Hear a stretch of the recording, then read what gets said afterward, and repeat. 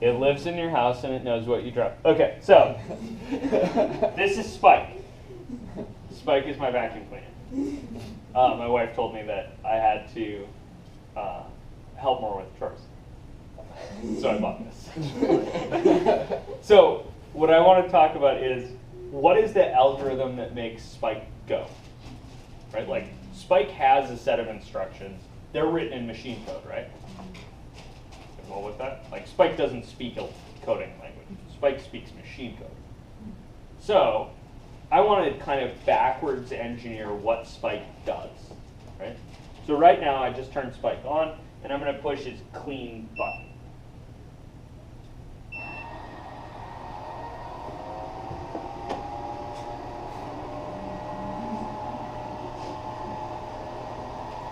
So obviously Spike has somewhere in his algorithm, right, the idea of drive forward till you hit something. So somebody kick the front of him just gently.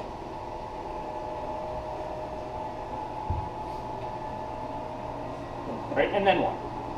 Turn around.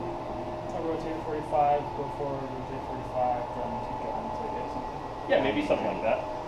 Because it turns twice. I need it.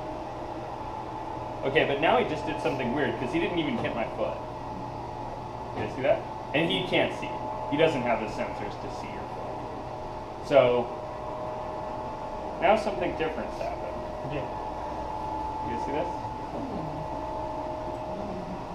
So what I want to think about is, like, what is the algorithm that makes Spike go? Right? And he's not doing the thing I really wanted him to do. So it's also true that he has several modes. Right now he seems to be in kind of clean open area floor mode. Right? So let me... Also he has a thing, right? Like, something happened when I picked him up. He shut down. He shut off, right? That's probably part of his algorithm, right? There's like a, if you get picked up, you should shut off. Why? Save the battery. Yeah, one, you want to save the battery, and two, you don't really want people picking this up and then putting their eye out with it, right? Because they'll sue you. He also has a, like, dude, I got picked up, help. Which is that beeping that he's doing, right? Okay, so I'm hoping that he'll do the thing. No, he's still in open floor mode. I should have brought his remote. You can switch which mode he's in.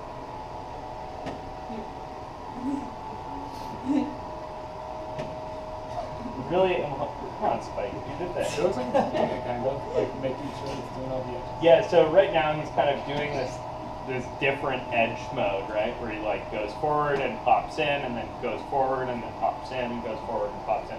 He also has what I'm calling an edge follow mode, which is the thing I was hoping that he would do so we could see it.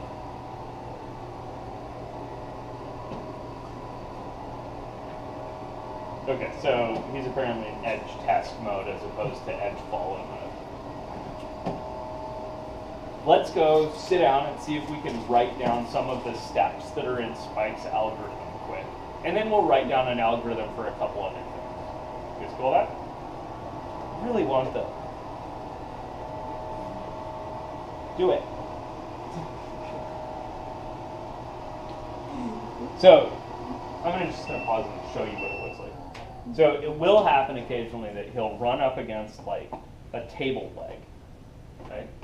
And then he'll do this thing where he keeps constant pressure and rotates around an object, right? He's got what I usually think of as his edge follow mode. And the annoying thing about the edge follow mode is that it lets him run up on the threshold of our kitchen and get stuck, right? So I have to pay attention to when he's in edge follow mode, because if he gets in edge follow mode and follows it around the corner of the island, he'll get onto the edge of the threshold of the kitchen, and then he'll get high centered on the threshold. And then I have to go over there and fix him, right? Does he keep going and just running around, or does he beep at you? That's a great question, right? What does his algorithm say when he gets high centered and stuck? It turns out that it depends on how he's high centered. if his wheels are touching down and he realizes that he's high center, he'll like churn and try to get over it, right? What? Like just keep going for a while. It's, you know, it's some kind of like, if you haven't been trying for more than 45 seconds, keep going.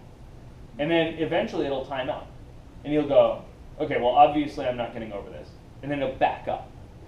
And if back up doesn't grab at all, then he'll beep.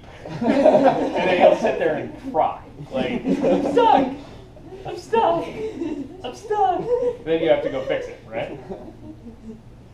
You just kind of with that as like an algorithm design. Like that's a good algorithm design, right? He has this like really clear, like, I should try this for a while, maybe it'll work, like maybe I can push the door open, or like maybe if I back up and get at it again, I'll like get up over the top of it. And so he'll try a couple like short back up and ram it again kind of things.